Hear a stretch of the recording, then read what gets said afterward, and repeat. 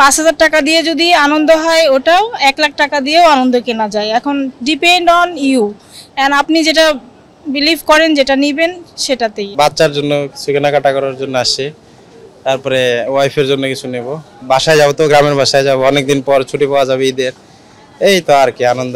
আমি আমি সে একটা এক্সাম্পল ধরতে পারেন না, আমি আমার জন্য মানে এই পর্যন্ত মোটামুটি একটা শার্ট নিয়েছি।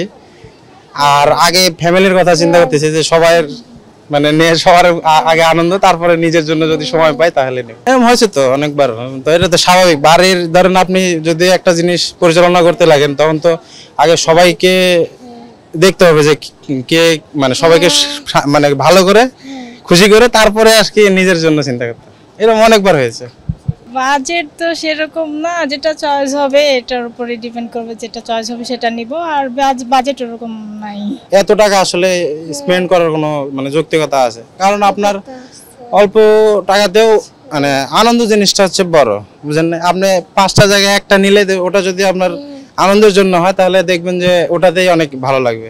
ওই 1 লক্ষ টাকা 2 লক্ষ টাকা খরচ করে দেখা যাচ্ছে ওই আনন্দ পাওয়া যাবে না।